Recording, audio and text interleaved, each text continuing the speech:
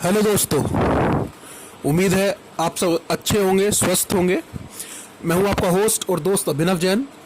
आपका स्वागत करता हूं अपने यूट्यूब चैनल टू इंजीनियर्स पर, जहां पर मैं आपके लिए इंजीनियरिंग और डिप्लोमा के विभिन्न बैकग्राउंड कोर्सेज के वीडियोस लेके आता हूं। आप दोस्तों, रिसेंटली हमने अपनी एक सीरीज़ शुरू करी है जिसमें मैं जो हमारे फाइनल ईयर के जो छात्र हैं, जो इस बार पास आउट होके जाएंगे, नौकरी की तलाश करेंगे, उनके लिए मैं ये स्पेशली एक सीरीज़ शुरू करी है यूट्यूब वीडियोस की, जिसमें मैं बेसिकली इंटरव्यूज़ के बारे में बात करूँगा। और उसमें मैं केमिकल इंजीनियरिंग के जो विभिन्न इम्पॉर्टेंट टॉपिक्स हैं इंटरव्यू पर्पस से, चाहे वो हीट ट्रांसफ़र के हों, चाहे वो मास ट्रांसफ़र के हों, चाहे फ्लूइड मैकेनिक्स के हों, चाहे रिएक्शन इंजीनियरिंग के हों, या चाहे थर्मोडायनामिक्स के हों, उनको लेकर के मैं वो वीडियोस बनाऊंगा।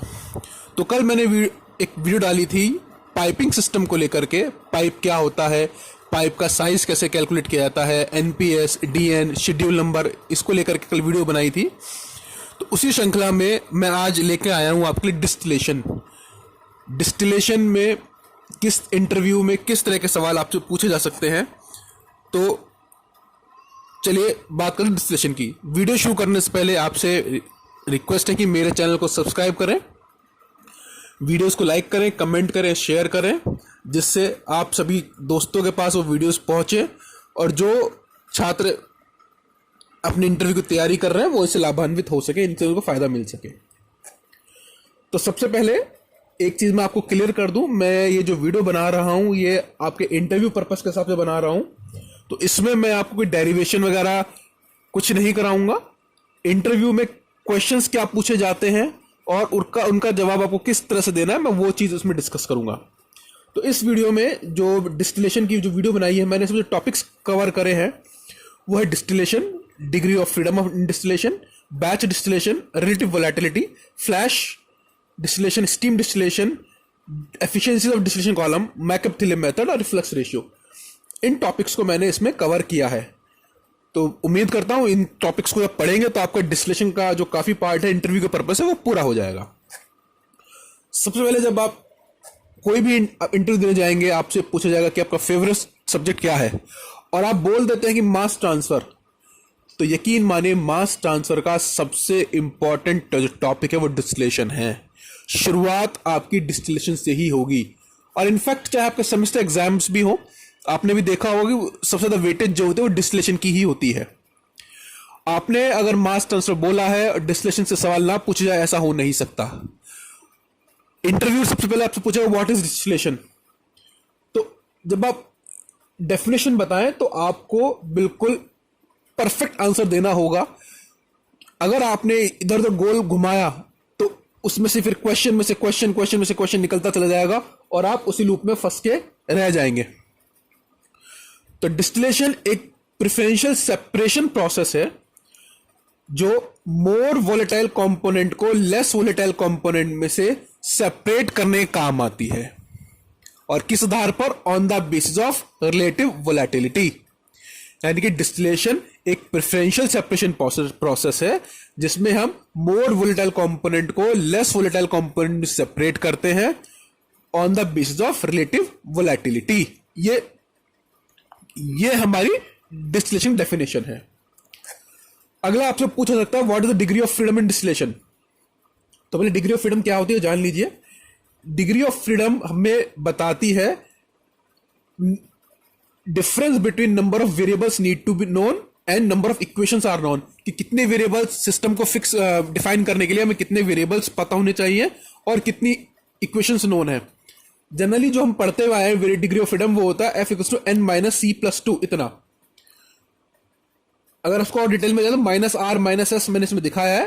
r और s होती है कोई स्पेशल इक्वेशंस है या कोई कंस्ट्रेंट्स है तो उसके लिए होता है। अगर बाइनरी डिस्टिलेशन की बात करें तो कंपोनेंट 2 होंगे हमारे पास और फेजेस भी 2 होंगे, तो डिग्री ऑफ फ्रीडम हमारी आएगी 2। इसका मतलब यह हुआ कि 2 वेरिएबल्स को हमें डिफाइन करना पड़ेगा, फिक्स करना पड़ेगा अपने सिस्टम को डिफाइन करने के लिए। और जनरली डिस्टिलेशन में हम टेम्परेचर और प्रेशर को डिफाइन करते हैं। तो ये ध्यान रखिएगा, बाइनरी डिस्टिलेशन में डिग्री ऑफ फ्रीडम 2 होती है दो कंपोनेंट, बाइनरी मींस टू, दो ही फेज होंगे, वेपर फेज और लिक्विड फेज, ठीक है, जिस वजह से डिग्री ऑफ फ्रीडम हमारी 2 आती है। अगला पूछा जाएगा आपसे बैच डिस्टिलेशन, ठीक है। बैच डिस्टिलेशन डेफिनेशन आप सब बता देंगे, लेकिन इंटरव्यू के हिसाब से कुछ चीज आपको ध्यान रखनी होती है। चलिए क्या है देख लेते हैं। Batch distillation refers to the use of distillation in batches, यानी क्या होता है, एक बैच का डिस्टिलेशन करेंगे, प्रोडक्ट पूरा निकाल लेंगे, दोबारा बैच जाएगा उसको डिस्टिलेट करेंगे, फिर प्रोडक्ट निकाल लेंगे, यानी कि इसमें डिस्टिलेशन हमारा कंटिन्यूअस वे में नहीं होता। एक बैच जाएगा, वो डिस्टिलेट होगा, प्रोडक्ट निकल जाएगा, वेस्ट अलग निकल जाएगा। प्रोडक्ट निकालने के बाद डिस्टिलेशन स्टिल को दोबारा फीड किया जाएगा, उसका पूरा डिस्टिलेशन होगा, उसको हम अलग प्रोडक्ट अलग निकाल देंगे, वेस्ट अलग निकाल देंगे, स्टिल खाली, फिर अगला बैच जाएगा। कुछ पॉइंट्स है ध्यान रखने वाले, ये हम तभी करते हैं जब हमारे रिलेटिव वोलेटिलिटी जो डिफरेंस है वो ज्यादा हो। अगर रिलेटिव वोलेटिलिटी में डिफरेंस कम है तो हम कंटिन्यूस पे डिस्टिलेशन करते हैं, अगर डिफरेंस ज्यादा है तो ही हम बैच डिस्टिलेशन कर सकते हैं। It is performed when we need different top products with different composition. ये साल गेट में भी आया था लास्ट ईयर। तो ये ध्यान रखिए, जब डिफरेंट टॉप प्रोडक्ट्स हमें डिफरेंट कॉम्पोजिशन के चाहिए तो हम बैच डिस्टिलेशन करते हैं। और इसको गवर्न कैसे होता है, रेले इक्वेशन से, आप सब जानते हैं। Rayleigh equation ln(f/w equals to integration xw से xf dx1 y star minus x, ये रेले इक्वेशन है हमारी। अब बात आती है नेक्स्ट, पूछा जा सकता है आपसे व्हाट इज रिलेटिव वोलेटिलिटी। तो हमने पढ़ा था कि डिस्टिलेशन का आधार ही रिलेटिव वोलेटिलिटी है, रिलेटिव वोलेटिलिटी के बेसिस पर हम डिस्टिलेशन करते हैं। तो relative volatility is the mole fraction ratio of more volatile component to less volatile component in vapour phase to the mole fraction ratio of more volatile component to less volatile component in liquid phase. यानी कि इसको हम alpha से denote करते हैं। Alpha is YA upon X से divided bye YB upon XB। Solve करके इसको अलग अलग फॉर्म्स दिखाई है हमने। आइडल केसेस में अल्फा AB हमारा vapour pressure of A to the vapour pressure of B का भी रेशियो होता है। ध्यान रखिए, एंटोनी इक्वेशन से हम कैलकुलेट कर सकते हैं कि रिलेटिव वोलेटिलिटी जो हमारा वो टेम्परेचर का फंक्शन है। क्यों? क्योंकि हमारा वेपर प्रेशर जो है वो भी टेम्परेचर डिपेंडेंट होता है। अगर टेम्परेचर इंक्रीज करेगा, रिलेटिव वोलेटिलिटी डिक्रीज करेगी। ये ध्यान रखिए, बहुत इंपॉर्टेंट पॉइंट है ये, कि अगर टेम्परेचर इंक्रीज करेगा तो अल्फा हमारा डिक्रीज करेगा कुछ एक्सटेंट तक। और रिलेटिव वोलेटिलिटी प्रेशर के साथ भी डिक्रीज करती है। इसमें कोई डायरेक्ट रिलेशनशिप नहीं है, लेकिन इनडायरेक्ट रिलेशनशिप है कि प्रेशर बढ़ने से हमारा डिस्टिलेशन मुश्किल होता है, डिस्टिलेशन मुश्किल होगा तो रिलेटिव वोलेटिलिटी डिक्रीज करेगी। अब आता है हमारा फ्लैश डिस्टिलेशन। फ्लैश डिस्टिलेशन एक सिंगल स्टेज कंटिन्यूअस ऑपरेशन है, जहां पर लिक्विड मिक्सचर को हम पार्शियल वेपोराइज करते हैं। वेपर जो प्रोड्यूस हुई और जो रेसिडुअल लिक्विड है वो इक्विलिब्रियम में होते हैं, उनको सेपरेट करके लेते हैं और रिमूव कर देते हैं। बेसिकली ये इसको हम डिस्टिलेशन की तरह यूज नहीं करते। ये हमारा इक्विलिब्रियम डाटा जो XY डाटा होता है उसको प्लॉट करने के लिए इसको हम किया जाता है।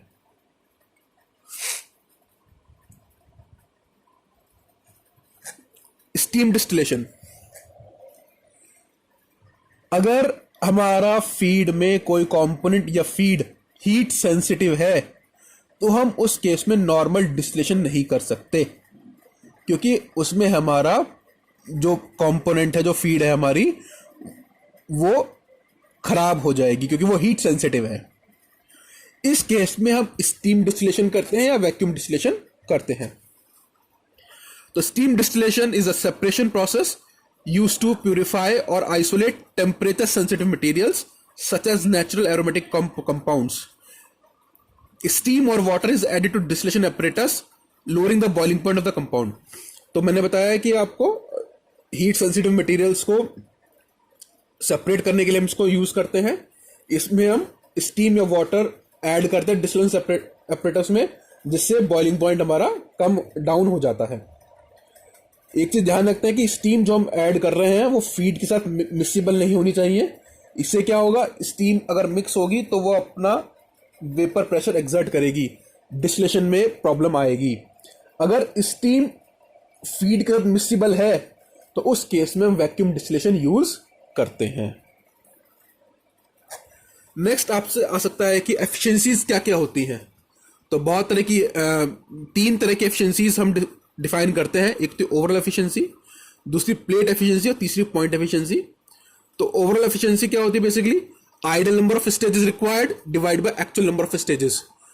आइडल नंबर ऑफ स्टेजेस कम होंगी, एक्चुअल नंबर ऑफ स्टेजेस ज्यादा होंगी, इसलिए एफिशिएंसी हमेशा 1 से कम आती है। प्लेट एफिशिएंसी, किसी प्लेट पर एक्चुअल मास ट्रांसफर कितना हो रहा है divide by ideal mass transfer कितना होना चाहिए, दैट इज प्लेट एफिशिएंसी। और पॉइंट एफिशिएंसी या मरफरी पॉइंट एफिशिएंसी भी कहते हैं इसे, एक्चुअल मास ट्रांसफर और आइडल मास ट्रांसफर और any point on a plate. तो ये 3 एफिशिएंसीज डिफाइन की जाती हैं। इसके बाद आता है हमारा मैकअप-थिले मेथड। मैं इसमें आपको कोई डेरिवेशन नहीं बता रहा हूं, थोड़ा सा डिस्कस करेंगे मैकअप-थिले मेथड को कि क्या पर्पस होता है इसका। आपसे सबसे पहले पर्पस ही पूछा जाएगा और हम कहां कंफ्यूज होते हैं इसमें।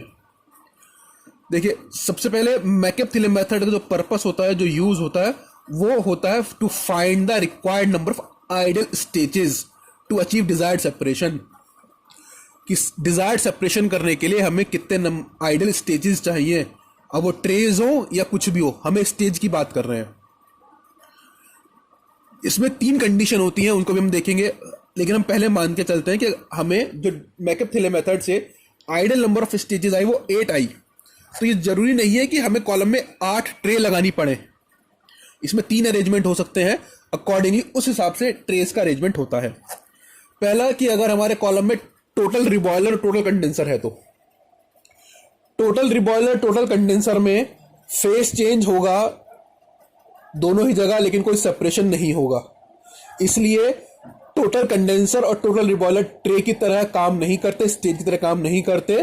तो इसीलिए जो नंबर ऑफ ट्रेस हम इंस्टॉल करेंगे कॉलम में वो 8 ही होंगी, जो हमारे मैकअप-थिले मेथड से आई है वो ही होंगी। दूसरी कंडीशन हो सकती है पार्शियल रिबॉयलर एंड टोटल कंडेंसर। ये सबसे ज्यादा यूज्ड अरेंजमेंट है।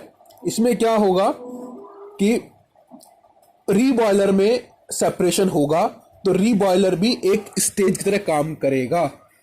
तो नंबर ऑफ ट्रेज रिक्वायर्ड कितनी होंगी, हमें जो इंस्टॉल करनी होंगी वो होंगी 7।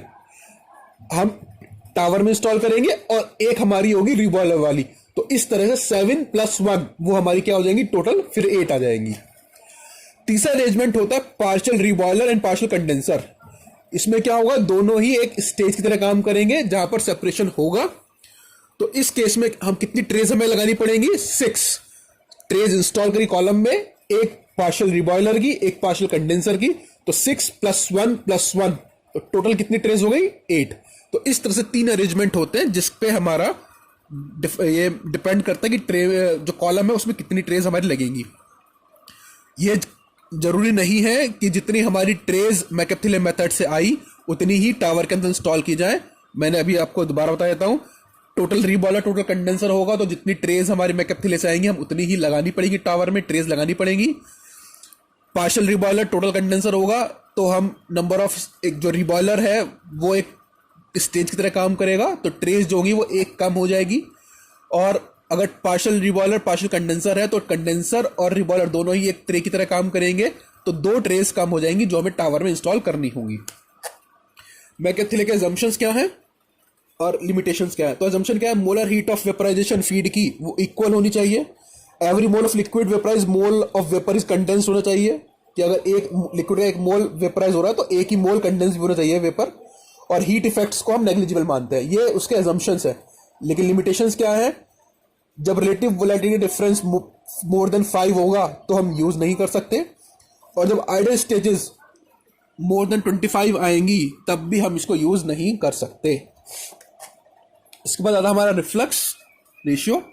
रिफ्लक्स क्या होता है, reflux ratio reflux upon product withdrawn, कि जितना कंपोनेंट हमने वापस टावर में भेजा दैट इज रिफ्लक्स, उसको हम डिनोट करते हैं एल से, और जितना प्रोडक्ट हमारा यानी कि डिस्टिलेट हमने टावर से निकाला उसको हम डिनोट करते हैं डी से। उनका रेशियो जो होता है उसे रिफ्लक्स रेशियो कहते हैं।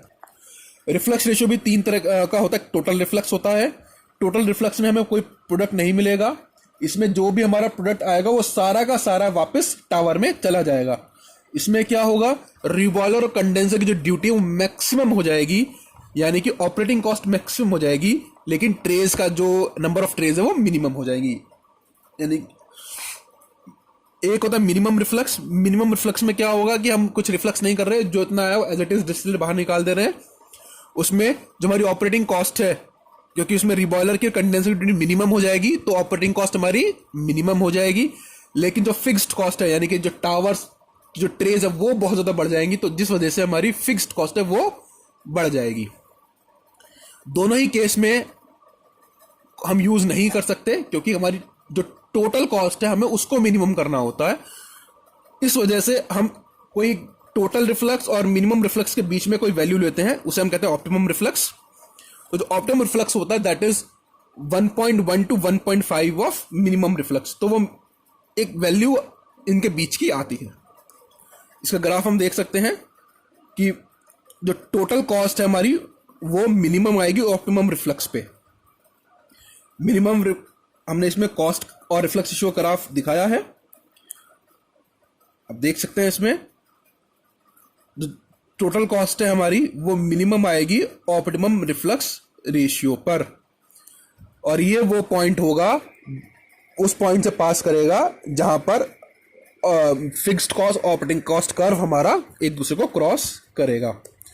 तो दोस्तों ये थे डिस्टिलेशन के आमतौर पर पूछे जाने वाले क्वेश्चन, जो इंटरव्यू में चाहे पीएसयूज हो या और भी प्राइवेट कंपनीज के जो पूछे जाते हैं क्वेश्चंस, वो ये थे। उम्मीद है आपके डाउट्स क्लियर होंगे, आपको वीडियो पसंद आई होगी। तो वीडियो को लाइक कीजिए, कमेंट कीजिए, शेयर कीजिए, और अगर आप चैनल पे नए हैं तो सब्सक्राइब कीजिए चैनल को, जिससे आपको आने वाले वीडियोस के बारे में पता चलता रहे। बेल आइकन जरूर दबाएं, सभी नोटिफिकेशन आपको मिलते रहेंगे। Thank you, thanks for watching this video.